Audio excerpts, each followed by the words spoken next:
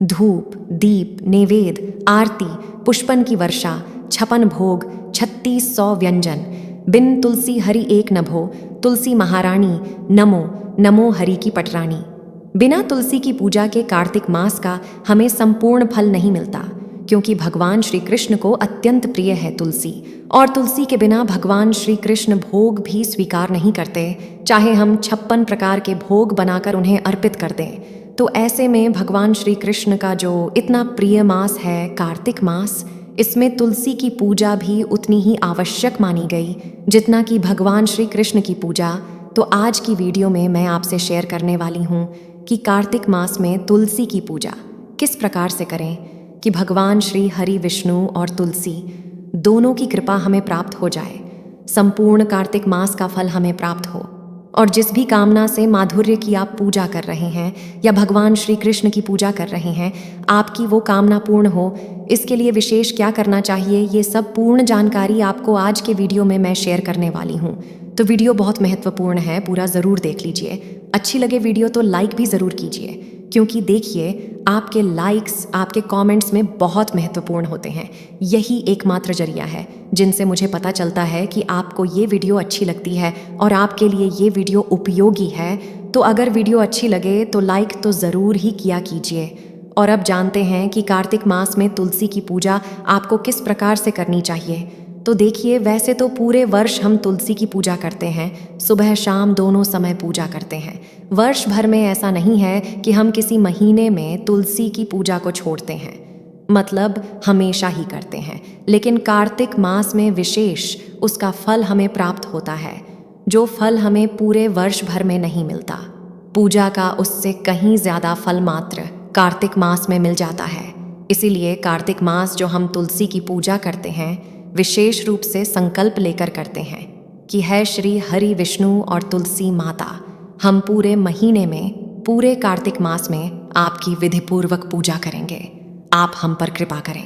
हम तुलसी की पूजा करते हैं तो तुलसी से प्रार्थना करते हैं कि भगवान श्री विष्णु की कृपा हमें प्राप्त हो, और माता तुलसी की कृपा से भगवान श्री कृष्ण की भक्ति हमें प्राप्त होती है और मनवांचित फल की भी प्राप्ति होती है। चाहे धन प्राप्ति की कामना हो, संतान प्राप्ति की कामना हो, विवाह की मनोकामना हो, या सच्चे जीवन साथी की कामना हो, अच्छे घर वर की कामना हो, कोई भी आपकी कामना हो, मतलब जीवन की हर समस्या का समाधान तुलसी की पूजा से मिल जाता है। और हर प्रकार की कामना तुलसी की जड़ में जल देने से पूर्ण हो जाती है। तो कार्तिक में जब हम सुबह जल्दी उठते हैं, ब्रह्म मुहूर्त में उठते हैं कार्तिक स्नान करने के लिए, तो स्नान करने के बाद पूजा हम करते हैं तो भगवान विष्णु की पूजा करते हैं, तुलसी की पूजा करते भगवान सूर्य देव की पूजा करते हैं। विशेष रूप से ये 3 पूजा बताई गई है कार्तिक मास की, और सुबह और शाम दोनों समय हम पूजा करते हैं। इसमें सुबह की पूजा विशेष होती है, क्योंकि सुबह हम ब्रह्म मुहूर्त में उठकर और जब कार्तिक स्नान करते हैं तो भगवान विष्णु की पूजा करते हैं और फिर माँ तुलसी की पूजा करते हैं। अब जैसे कि बहुत से भक्तों के प्रश्न आते हैं कि क्या पहले तुलसी की पूजा करनी चाहिए या फिर भगवान विष्णु की पूजा करनी, या फिर भगवान सूर्य देव को जल देना चाहिए।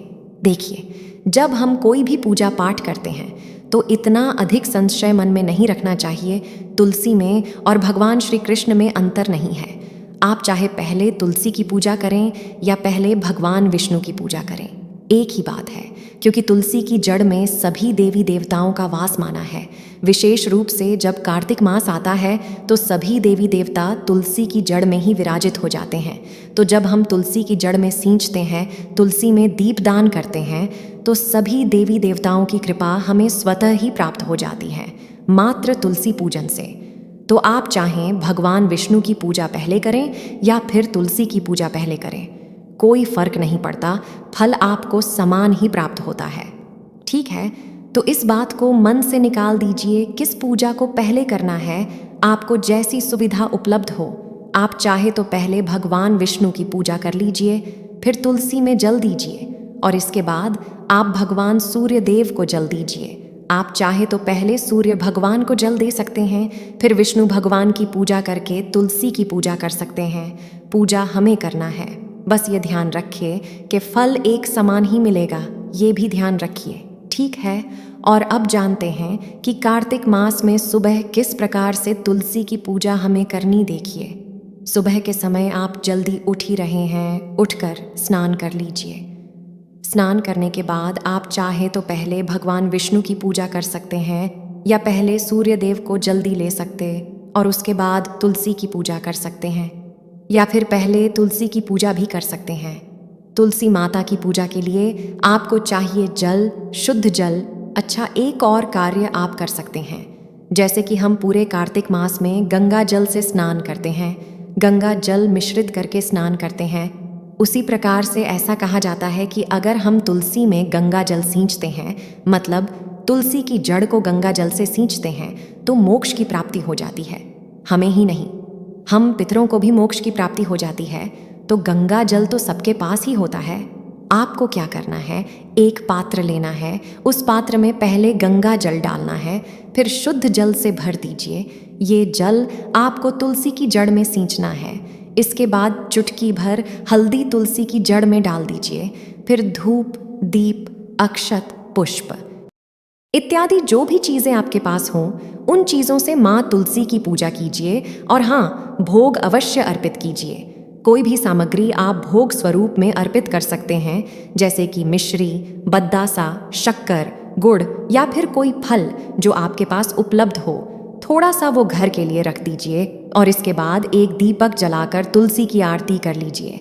आप चाहें तो मिट्टी का दीपक ले सकते हैं, धातु का दीपक ले सकते हैं, किसी भी धातु का, या फिर आटे का दीपक भी बना सकते हैं। तो आटे का या मिट्टी का दीपक अगर आप बनाते हैं तो प्रतिदिन आपको बनाना पड़ेगा, मतलब हर बार नया दीपक आपको चाहिए। इसलिए एक धातु का दीपक ले लीजिए, प्रतिदिन उसे ही प्रज्वलित करके और धूप भी कर लीजिए, फिर धोकर अगले दिन फिर प्रयोग कर सकते हैं। और अब जैसे कि बहुत से भक्तों के प्रश्न आते हैं कि हम बाती कौन सी प्रयोग करें। देखिए, कोई सी भी बात है जो आप प्रतिदिन घर में नॉर्मल पूजा में प्रयोग करते हैं, लंबी या फिर गोल, किसी भी बात का प्रयोग कर सकते। हमें दीपदान करना है, ठीक है। बहुत ज़्यादा संशय या बहुत ज़्यादा भ्रम में नहीं पड़ना है। तो आप कोई भी बाती जो आप रोज़ प्रयोग करते हैं, उस बाती का प्रयोग कर सकते हैं। घी या फिर तेल जो भी के पास उपलब्ध हो, मतलब सरसों का तेल नहीं होना चाहिए। बाकी आप तिल के तेल से दीपदान कर सकते हैं, या फिर शुद्ध घी से, गाय के घी से, या जो भी घी आपके पास रख दो। तो दीपक प्रज्वलित करके तुलसी की आरती कर लीजिए। अच्छा, ज़रूरी नहीं है कि आप गाठर आरती करें, आप वैसे भी तुलसी मंत्रों के द्वारा भी आरती कर सकते हैं। दीपक को क्लॉकवाइज घुमाना होता है और 7 बार या फिर 5 बार घुमाकर आप आरती कर सकते हैं, गोल गोल घुमाकर। अब जैसे कि बहुत प्रश्न आते हैं कि क्या आरती के लिए हमें अलग से दीपक जलाना चाहिए और फिर दीपदान अलग से करना चाहिए। देखिए, ऐसा नहीं करने की आवश्यकता है।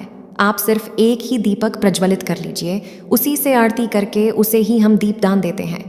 देखिए, आप चाहें तो अलग से कपूर जलाकर भी आरती कर सकते हैं। ये पूरी तरह से आपकी अपनी इच्छा पर निर्भर करता है। लेकिन अगर आप ऐसा नहीं करते हैं तो भी दोष नहीं लगता है और आपको पूर्ण फल ही प्राप्त होता है। हाँ, अगर आप करते हैं तो और अच्छी बात है। अच्छा, एक और प्रश्न आया है कि जल जो हम अर्पित करते हैं, पहले जड़ में अर्पित करें या फिर ऊपर पत्तों में अर्पित करें। देखिए, कभी भी किसी भी देव वृक्ष को जब हम सींचते तो जड़ में ही जल अर्पण करते हैं। तो तुलसी की जड़ में सबसे पहले, मतलब 3 बार रुक रुक कर, जैसे हम सूर्य देव को जल देते हैं, उसी प्रकार से 3 बार तुलसी की जड़ में जल दे दीजिए। इसके बाद जो जल बचा हुआ है पात्र में, उसे पत्तों के ऊपर से, मतलब पूरी तुलसी को एक बार में अभिषेक कर दीजिए, स्नान करा दीजिए। ठीक है। देखिए, ये सारी चीज़ें बिल्कुल व्यवहारिक है। जैसे आप स्वयं मान लीजिए स्नान करने जाते हैं, क्या आप सीधी अपने सिर पर पानी डालते हैं? पहले हाथ पर धोते हैं, उसके बाद ही सिर पर पानी डालते हैं। तो जैसे हम हैं वैसे ही हमारे देवी देवता भी समझना चाहिए। तो इसी प्रकार से हम अभिषेक भी करते हैं। जब भी तुलसी का या फिर किसी भी देवी देवता का, तो पहले हाथ पांव धो लाते हैं, उसके बाद से उनका अभिषेक करते हैं। तो 3 बार आपको जड़ में जल देना है, उसके बाद से उनको पूरी तरह से तुलसी पर पत्तों सहित जल दे देना है। एक बार में आपको ये बात क्लियर हो गई, बार बार फिर आपको समझने की आवश्यकता नहीं पड़ेगी। तो तुलसी की पूजा यानी कि धूप, दीप, अक्षत, कुश इत्यादि अर्पित करके और उसके बाद से आपको तुलसी की परिक्रमा करना है। तुलसी की परिक्रमा आप चाहे तो 4 बार कर सकते हैं या चाहे तो 7 बार कर सकते हैं। और हाँ, कार्तिक मास में कम से कम तुलसी को ऐसे स्थान पर ज़रूर रखना चाहिए जहाँ पर हम उनकी पूजा कर पाए, परिक्रमण कर पाए। लेकिन अगर आपके पास इतनी जगह नहीं है कि आप तुलसी की परिक्रमा कर पाए, तो जिस स्थान पर खड़े होकर आप जल दे रहे हैं उसी स्थान पर खड़े होकर और क्लॉकवाइज घूमकर आप परिक्रमा कर सकते हैं, जितनी बार भी करना चाहते हैं। तो सुबह की पूजा की विधि आपने जान, आप अपनी इच्छा के अनुसार मंत्रों का जप कर सकते हैं। अगर आपके पास समय है तो तुलसी के पास बैठकर या तुलसी के पास ही बैठकर आप चाहें तो कार्तिक मास का कथा सुन सकते हैं। अच्छा, ज़रूरी नहीं है कि आप तुलसी के पास ही बैठकर कथा सुनेंगे, लेकिन अगर आप सुन पाते हैं तुलसी के पास, मतलब इतनी जगह है तुलसी के पास कि आप आसन लगाकर बैठकर पूजा करके और मंत्रों का जप कर पाएं या फिर कथा सुन पाएं, तब अत्यंत ही श्रेष्ठ फल प्राप्त होता है। कहा जाता है कि तुलसी के पास हम जितने भी मंत्र जपते हैं उनका कई गुना फल हमें प्राप्त जाता है। और हाँ, उम्मीद करती हूँ कि आप मेरे चैनल पर अपलोड होने वाली कार्तिक मास महात्मा और कथाएं ज़रूर सुनते होंगे। आप लोग ज़रूर सुना कीजिए।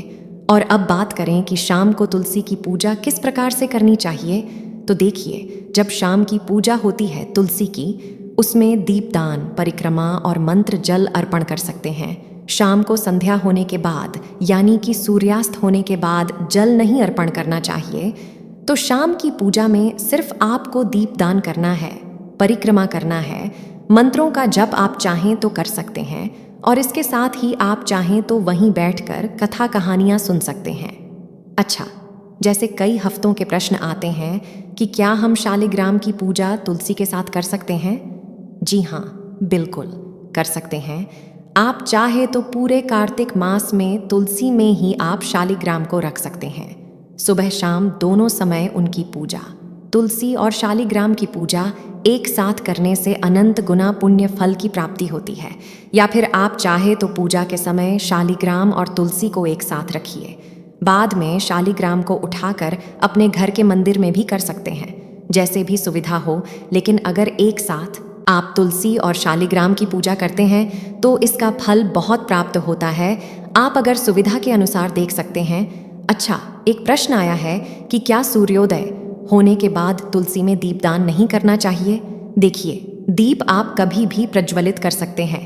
दीप प्रज्वलित करना और दीपदान करना ये दोनों अलग अलग चीज़ें हैं। दीप हम जब दिन में पूजा करते हैं तो दिन में भी प्रज्वलित करते हैं, लेकिन दीपदान का मतलब होता है जहाँ पर अंधेरा हो वहाँ पर प्रकाश करना। तो अंधेरे में जब हम दीपक प्रज्वलित करते हैं और भगवान को समर्पण करते हैं तो उसे दीपदान कहा जाता है। लेकिन दिन में जो हम पूजा के समय अपने पूजा के लिए दीपक प्रज्वलित करते हैं उसे कर्म साक्षी दीपक कहा जाता है। दीपक हमारे किए गए पूजा पाठ और जो भी हम कर्म कर रहे हैं उसका साक्षी हैं, इसलिए कर्म साक्षी दीपक प्रज्वलित किया जाता है। तो दीपदान का मतलब होता है जब हम अंधेरे में प्रकाश करते हैं, यानी कि शाम को प्रदोष काल में या प्रदोष काल के बाद जैसे कि संध्या काल में। और दूसरा दीपक जो होता है वह ब्रह्म मुहूर्त में, मतलब रात्रि के समय में जो दीपक हम प्रज्वलित करते हैं और किसी भी देवी देवता को समर्पित करते हैं उसे दीपदान कहा जाता है। और हाँ, कार्तिक मास में दीपदान कहाँ करना चाहिए, कब करना चाहिए, किस प्रकार से करना चाहिए और कहाँ दीपक प्रज्वलित करने से किस फल की प्राप्ति होती है, तुलसी पूजा से संबंधित आपका अगला प्रश्न है कि रविवार को हम तुलसी की पूजा कार्तिक मास में कैसे करें। देखिए, कहा जाता है, मतलब ऐसी धार्मिक मान्यता है कि रविवार के तुलसी की पूजा नहीं करनी चाहिए। तो देखिए, रविवार के दिन आप जल मत अर्पित कीजिए, लेकिन दीपदान जरूर करना चाहिए। रविवार को या फिर एकादशी के दिन भी हम दीपदान जरूर करते हैं, तो उसी में चाहे जल ना भी अर्पित करें तो भी आपको दीपदान जरूर करना है।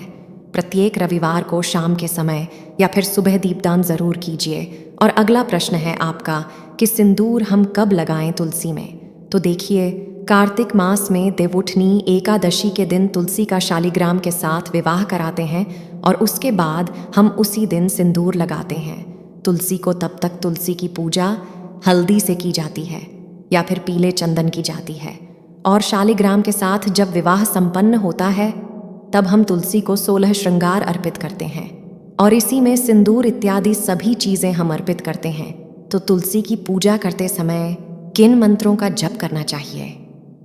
देखिए, तुलसी की पूजा करते समय आप तुलसी के किसी भी मंत्र का जप कर सकते हैं, जैसे कि तुलसी स्तोत्र का पाठ कर सकते हैं, तुलसी माता की आरती गाते हुए उनकी आरती कर सकते हैं, और हाँ, तुलसी के पास बैठकर अगर आप भगवान श्री कृष्ण मंत्र ओम नमो भगवते वासुदेवाय नमः या ओम हेम कलीम कृष्णाय नमः इस मंत्र का जप करते हैं तो कई गुना फल आपको प्राप्त होता है। मतलब माँ तुलसी अपने मंत्रों द्वारा इतनी प्रसन्न नहीं होती जितना कि भगवान श्री कृष्ण के नाम का और मंत्र का स्मरण हम उनके पास करते हैं तो प्रसन्न होती हैं। इसलिए माँ तो तुलसी की मंत्र पूजा करते हैं, तो भगवान श्री कृष्ण के या भगवान श्री कृष्ण के नामों द्वारा मंत्रों द्वारा पूजा कीजिए। तो तुलसी की पूजा कार्तिक मास में किस प्रकार से करें, आज की वीडियो में आपसे शेयर किया है। उम्मीद करती हूँ आपके सभी प्रश्नों के उत्तर इस वीडियो में मिल गए होंगे। तो अगर आपको आज की वीडियो अच्छी लगी हो तो वीडियो को लाइक ज़रूर कीजिए, और हाँ, ज़्यादा से ज़्यादा इस वीडियो को अपने फैमिली फ्रेंड्स के साथ शेयर कीजिए, जिससे कि दूसरे भी सुनकर संशय मुक्ति होकर माता तुलसी की पूजा कर पाएं और माता की कृपा प्राप्त हो। पर हाँ, अगर आप चैनल पर पहली बार आए हैं, अभी तक आपने चैनल को सब्सक्राइब नहीं किया है, तो आज की वीडियो अगर आपको अच्छी लगे तो चैनल को सब्सक्राइब करके बेल आइकॉन को ज़रूर प्रेस कर लीजिए। इससे ये होगा कि इस चैनल पर जो भी नई वीडियो अपलोड होंगी उनकी नोटिफिकेशन आपको सही समय पर प्राप्त होगी। मिलती है मैं आपसे अगली वीडियो में, तब तक के लिए राधे राधे।